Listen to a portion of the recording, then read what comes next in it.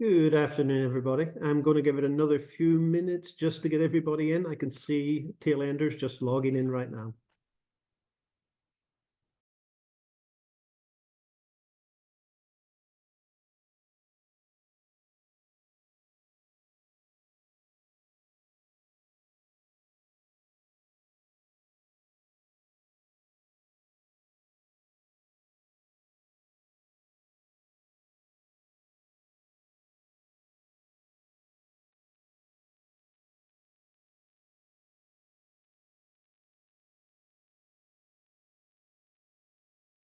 And welcome, everyone. We're delighted to have you join us for today's webinar from Wave Life Sciences, who will be sharing the interim results from their Forward 53 study of Wave N531 in patients with Duchenne muscular dystrophy amenable to skipping exon 53. I'm Michael Kelly. I'm the Chief Scientific Officer at CureDuchenne, and I'm going to get us started with a bit of housekeeping. We will have the opportunity for Q&A at the end of the webinar. Anytime throughout today's presentation, you can click on the Q&A button at the bottom of your screen and submit your questions. We will have a moderated Q&A session at the end, but may not have time to answer all of the questions live. For those unanswered questions, we'll work with the Wave team to follow up with you individually after the webinar. After today, this webinar will be available on CureDuchenne's website as a resource for the community in case you'd like to share it with others. So let me begin. Wave Life Sciences has been pioneering a unique chemistry platform different from the other approaches used by other companies for exon skipping. Wave's approach uses stereopure oligonucleotides built around a phosphorylguanidine containing backbone for their exon skipping drug.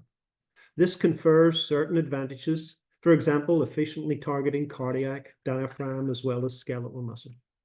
As you're going to hear today, this approach has been successfully applied to target and skip exon 53 of the dystrophin gene in patients, and the interim results from that clinical study are now available.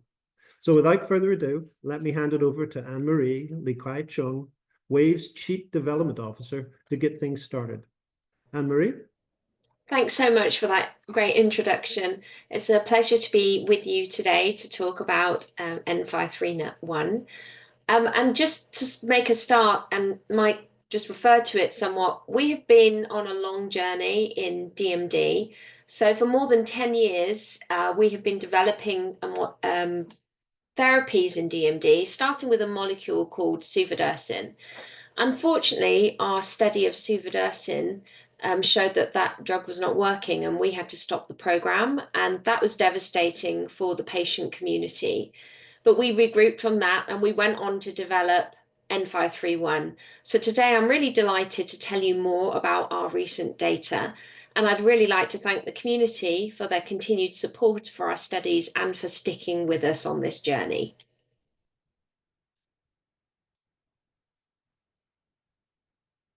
So when you have a failure in clinical development, the most important thing you can do is reflect on what the data teaches you so you can improve and make sure you're more successful the next time. And after the disappointing news with suvodirsen, we went back to the drawing board to assess whether the animal models that we had used had really given us the best data to understand the translation to the clinical study. And we had used an animal model called the MDX mouse. And this is a naturally occurring mutation in the mice. And the mice have milder symptoms than DMD patients do, due to the fact that the mice can produce another protein called utrophin. So when we were thinking about how to further develop N531, instead of the MDX mouse, we used a mouse model called the double knockout mouse. And this mouse model has a much more severe set of symptoms. The mouse only survives between 6 and 20 weeks. And we tested N531, a molecule actually with the same chemistry as N531, in this double knockout model. And in addition to seeing an increase in survival of the mice and an improvement in their heart and lung function, we saw more N531 in the heart and diaphragm muscles compared to the skeletal muscles. And we also saw more dystrophin in the heart and diaphragm than we saw in skeletal muscles. So this is really intriguing because of course the ultimate aim of a DMD treatment is to prevent respiratory and cardiac failure. So these animal data gave us a lot of confidence to move back into clinical studies. But first, we wanted to complete a small study to really check that we were getting the drug into the right place, so with adequate pharmacokinetics in order to have an effect, that it was getting into the tissues, that it was getting into the cells and getting into the nucleus. So we started with a small study of 3 patients that showed us the drug was getting to where it needed to be. And from there, we expanded the study to 11 patients. So today I'm going to present data from those 11 patients. So the study is called Forward 53. It's still ongoing, and it's a potentially registrational open label phase 2 study of boys with DMD amenable to exon 53 skipping. And key endpoints in this study include safety and tolerability, pharmacokinetics and pharmacodynamics, including exon skipping and dystrophin expression measured after 24 and 48 weeks of treatment. Functional measures are also being assessed at baseline after 24 and 48 weeks of treatment. So the data I'm presenting today are the data that come from 24 weeks of treatment.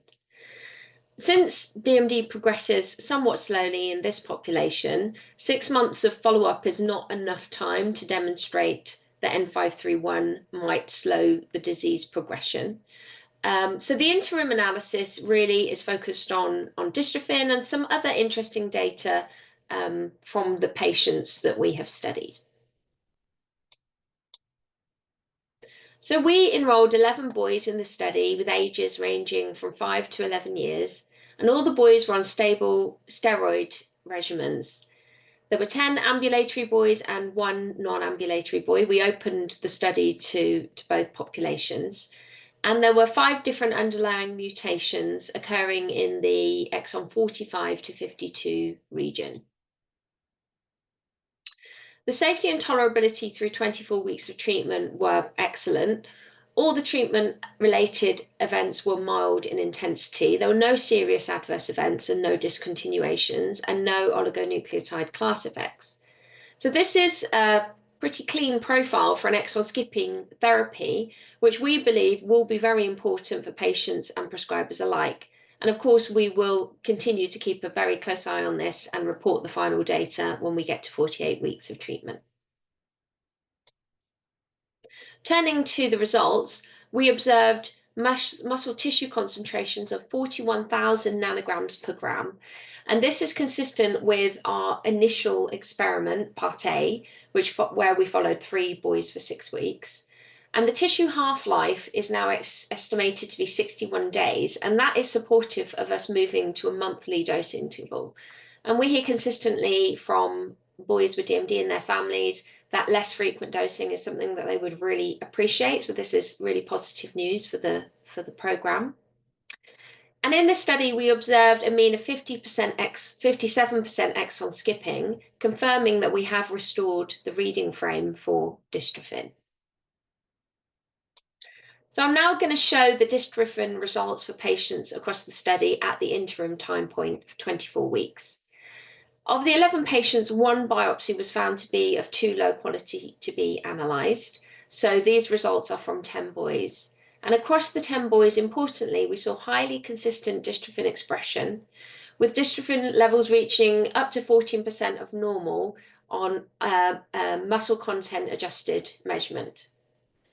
There was 1 non-ambulatory patient, as I explained earlier, and they were excluded from this analysis per our pre-specified analysis plan. However, I should also note that this patient is still experiencing 1% of dystrophin, so they are still responding. All these reported levels are MHC normalized, and the mean dystrophin levels were 9% on the muscle content adjusted measurement and 5.5% without the muscle content adjustment. Our dystrophin was quantified from 2 isoforms, consistent with those observed in Becker muscular dystrophy, a patient set who display a milder form of disease. This idea of dystrophin being really consistent is something that we think is important. 89% of the boys had levels exceeding 5% of normal, and we think this is very encouraging and potentially differentiates N531 from other approved exon skipping therapies. So of course, we look forward to the results at 48 weeks to confirm that. Now, I mentioned earlier that in suvodirsen, we didn't see that the drug was producing dystrophin.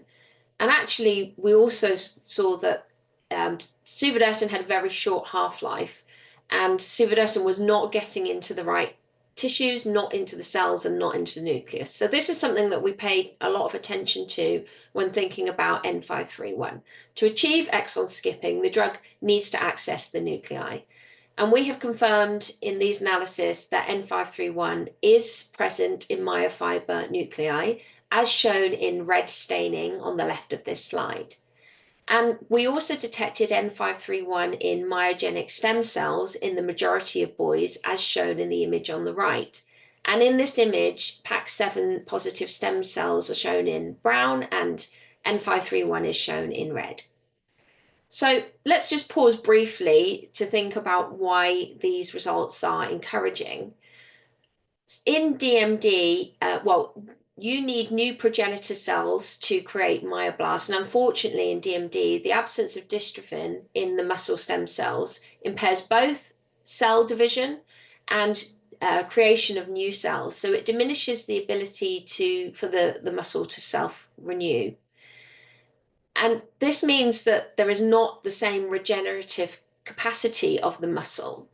Restoring dystrophin to the muscle stem cells could be expected to enable their proper function, including their ability to undergo asymmetric division, which is what they need in order to have the renewal capacity and initiate repair of muscle fibers. So again, these are really encouraging data, and we look forward to the final data to see what impact this continues to have on the disease. In this next slide, I'm going to show you some slides from tissue biopsies from the study. So we compared biopsies from a boy who participated in both part A of the study. So this was the study, part of the study with just 3 patients where they just received 6 weeks of N531, and that's shown on the left, and forward 53, which is 24 weeks of treatment, shown on the right. And in these stained sections that have been processed to show N531 localization, we can see evidence of myocyte regeneration, and that's shown by an increased number of internalized nuclei marked with black arrows, as well as an overall improvement in muscle health, which is really about the shape and consistency of the myocytes. So again, this was particularly encouraging because in order for the dystrophin to be having an effect, you would hope to see that the muscle is starting to look healthier. Over the course of the study, we also observed a clinically meaningful decrease in serum biomarkers that are indicative of muscle health, such as creatine kinase and aminotransferase, CK and AST. CK significantly decreased from close to 12,000 units per litre to just under 6,000 units per litre. And similarly, AST decreased from almost 3,000 units a litre to just under 200 units a litre. The reduction in CK was larger than what is typically seen when steroids are introduced in DMD. And all of the boys in the study were already on stable background steroids. CK and AST decreases were also highly correlated with each other. So it's encouraging to see these changes, as well as those more directly related to muscle health, emerging. And it's concomitant with substantial dystrophin expression. So to summarize, we're very encouraged by seeing substantial and highly consistent dystrophin expression with 9% muscle content adjusted dystrophin and 89% of the patients reaching over 5% of muscle content adjusted dystrophin.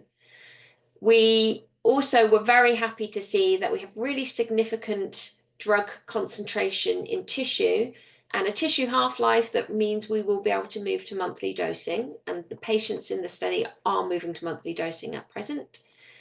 And interestingly, the preclinical data, as I mentioned, suggests that N531 has higher concentrations in heart and diaphragm and potentially higher dystrophin expression in heart and diaphragm. So this will be an encouraging area for research in the future to see how this could impact later outcomes in the disease. The safety data we saw were very encouraging. It was safe and well tolerated. We had no SAEs, no discontinuations, and no oligonucleotide class effects. And as I mentioned, some really interesting evidence supporting that the muscle health appears to be improving, and that change is also concomitant with blood biomarkers that indicate better muscle health emerging. The drug really in the right place in the nuclei and also in stem cells, which could in future help regeneration of the tissue, and evidence in the histopathology of muscle fiber regeneration. These studies are not possible without the commitment of boys with DMD and their families. And we're very grateful for the collaboration and support of the programme. When we were designing the trial, we took feedback from the community to really understand how best to design this study to support the community. And some of the things we heard, I think, have made a difference in this study. We decided to not run a placebo control arm, understanding, of course, that all people with DMD want the opportunity to receive treatments that could benefit them in their disease. So the trial is open label and without a placebo arm. We also sought to minimize the number of biopsies. So we didn't collect baseline biopsies, knowing very well that in this kind of DMD, people with DMD don't have baseline dystrophin. So we are performing biopsies during the study, but not at baseline. We put in place a trial concierge to try and make enrollment and staying in the study as easy as possible, doing things like arranging travel and support services for participants and prepaying and reimbursement so that we are minimizing the amount of out-of-pocket expense for people participating. And some markets, we also have the option for home nursing. And we wanted to ensure that we are listening to what the community wants to hear about the data and the study, and working closely with the global advocacy groups to support study awareness. And indeed, that's why we're really delighted to have the opportunity to speak with you today about the programme.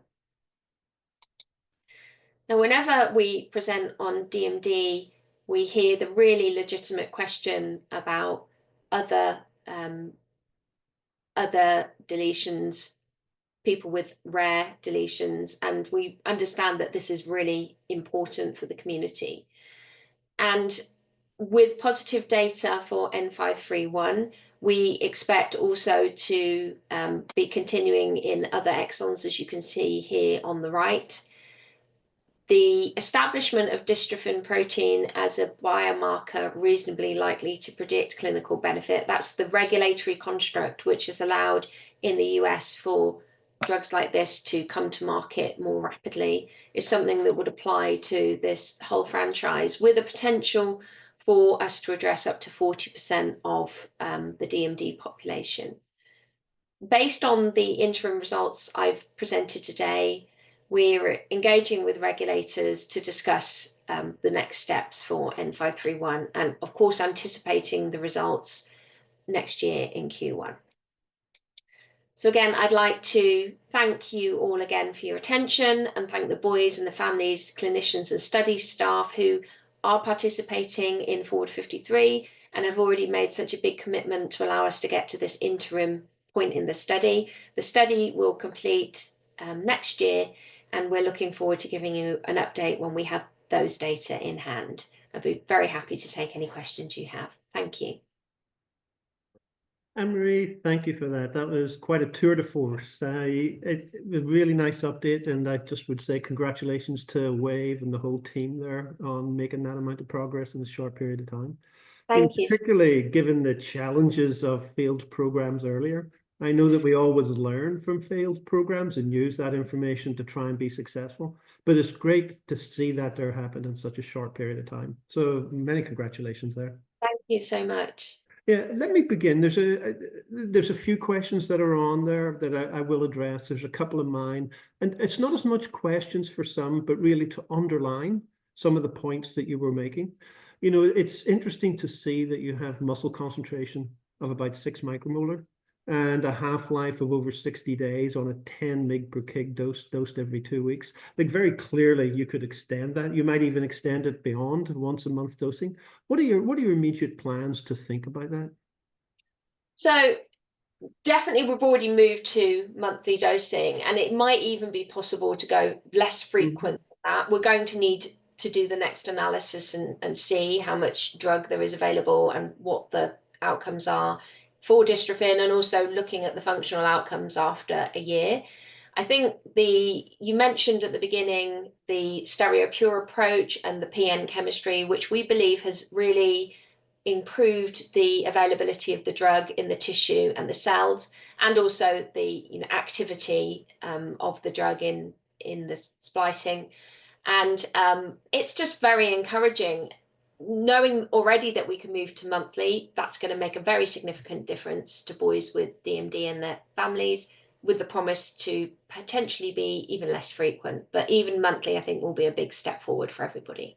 I totally agree. I think the burden on patients will be reduced remarkably, and the whole target product profile here fits with the best in class. So I totally encourage you guys, to continue to push in that direction.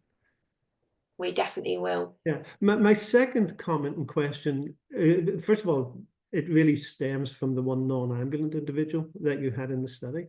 And Yes. one is just to say thank you for thinking along those lines. And many companies don't. They tend to take their first clinical entry in a much narrower population. And I think it's great to see that their breadth. And so it's not as much a question, but it's going to tease out what the company's thinking. Clearly, this is going to lean into the way you're thinking about a label. You're going to be looking at more non-ambulance. And, given the fact that we pointed out at the beginning, this clearly gets into the heart and into the diaphragm. What are you going to do about teasing out benefits in that? Because that's certainly not a short-term study, nor are you going to expect to see it in a younger population. So, with regards to the non-ambulant patients, you're absolutely right. There is an expectation that the amount of dystrophin that you can measure in skeletal muscle in patients who've unfortunately already lost the ability to walk may be lower. And this is just one boy with DMD, so I wouldn't take that to be definitive, but it's in line with what we would have expected. And you're absolutely right. The animal data would suggest that the drug concentrations are higher in heart and diaphragm, and the dystrophin also higher in heart and diaphragm. But of course, we don't do biopsies in Yeah. heart and diaphragm. So to tease that out, we would need to run a study that would look at outcomes related to cardio and respiratory function. Things that could be used would be things like cardiac MRI, and also looking at the actual lung function, so forced ejection fraction. So that's how strongly air can be expelled from the lungs, which is an indicator of the strength of the diaphragm and the general health of cardiovascular health of someone with DMD. They're the kinds of studies that we would hope to run in future. We haven't made any firm plans right now because we're still executing Forward 53, but certainly that is the kind of study that we would have in mind to try and tease out some of this effect that we believe N531 would have. But you also mentioned the earlier patients, and I think there's really been a much bigger move to treating earlier, and that's being driven by things like newborn screening. Yep. Certainly, I think the advent of newborn screening is facilitating discussions about enrolling younger patients as well. So that's something very much on our radar. Certainly, the objective for everyone studying DMD is to help preserve and not lose muscle function and help boys continue to grow and maintain their muscle function. Yeah, I totally agree. They actually anticipated where I was going with that, given newborn screenings opening up that opportunity. And I just wondered, at what point do you go young and then very young? And that's got to be something that's on your radar as you're getting closer to a label. Yes, it really is. And the other reason it's on our radar is because all manufacturers are required to come up with what's called a pediatric Yeah. plan. So Hmm. to really consider all of the ages who are at risk of the disease. And currently, without newborn screening, diagnosis age is 3 to 4 years. And so they are the younger patients that are not often enrolled, but can be enrolled in studies. Newborn screening could take you all the way down to literally newborns, but probably it would be something between above 6 months old, I would imagine. Mhm. To do those kind of studies in much younger patients, generally sponsors like us would like to have some data in older patients because babies are obviously a more vulnerable population. But with the data that we are collecting, we certainly will be thinking about studies in younger patients moving forwards. And just as a shout out to families, I know that they'll certainly want to know what options they may have. They're certainly thinking about that after diagnosis. And my own sense agrees with many that the younger that we can get in, probably the more powerful the beneficial effect will be in there. But it's not trivial going down into very, very young individuals. The amount of muscle is much less, and the dose calculations are certainly more challenging. But I know that just for parents' sake, I know that there's front and center in the way that companies are thinking about their development pipeline. Yeah, and I think the thing that should be reassuring to patients is that and families that as sponsors we are obligated to do what's called juvenile animal studies. So when we do the toxicology studies to see what the bad effects of the drug could be, we actually dose it in young animals to Mhm. try and mimic what the effects might be in younger patients. So when you add that to having some experience in older patients and having really looked in more detail at what the effects could be on very young animals, there's, I think, more reassurance, but it's still not a trivial thing to do to put your small baby into a study. I fully appreciate. Absolutely. Absolutely. It's certainly not trivial. This one's not for families, but for me as a scientist, I smiled whenever I seen you put the tissue slides up. You know, it's always great to see the data. And the fact that you're seeing central nucleation, you know, really is very suggestive of muscle regeneration. And I personally look forward to seeing new data that comes out of this longitudinally, because I think that it could be quite a differentiating effect of this type of chemistry. Thank you for that. And so this is an open label study, but the scientist who does this work likes to set himself a to be rigorous. So he basically also analyzed versus untreated boys with DMD, and he did that in a blinded way just to test himself to see whether he could really see a difference between the cell health and the muscle health. And so, yeah, we were very encouraged by that. And when we've shown the slides to clinicians, they also felt it was very encouraging to see. I totally agree. I think it could be, it certainly is a property that I'm looking to try and understand further. We could guess at what it may be, but trying to tease that out in the clinical signal or in a short study is going to be tough, but in the long term, I think we might be able to see something out of that. Yeah, absolutely. Following patients who've been in studies for longer periods is really something very important to see how, what the impact of longer treatment is. Mhm. Okay, I've done most of my questions. I see there's a couple on there from one of my friends, Tushar. As a shout out to Tushar, I'd say let's talk next week about a couple of questions that he's got on there. I'm happy to give him a bit of time for that. But with that, I'm going to start wrapping things up because there's not much more questions online that I want to get to. So for all of you who joined us today, thank you. We really appreciate the whole team at Wave Life Sciences for sharing this information with the community. I think the next step, and I think many will be looking very carefully, is the future updates on this particular program, particularly the 48-week data that's expected somewhere around about Q1 of next year. So it's not that far away in order to see it. A post-webinar email will be sent out tomorrow, should you have any additional questions. And CureDuchenne will get in touch with all the attendees who joined us today to let you know where the webinar is posted online and for review and for sharing with others if interested. And with that, I want to thank the whole team at Wave, the team at CureDuchenne, all for joining us today. Have a great afternoon, everybody. Thank you.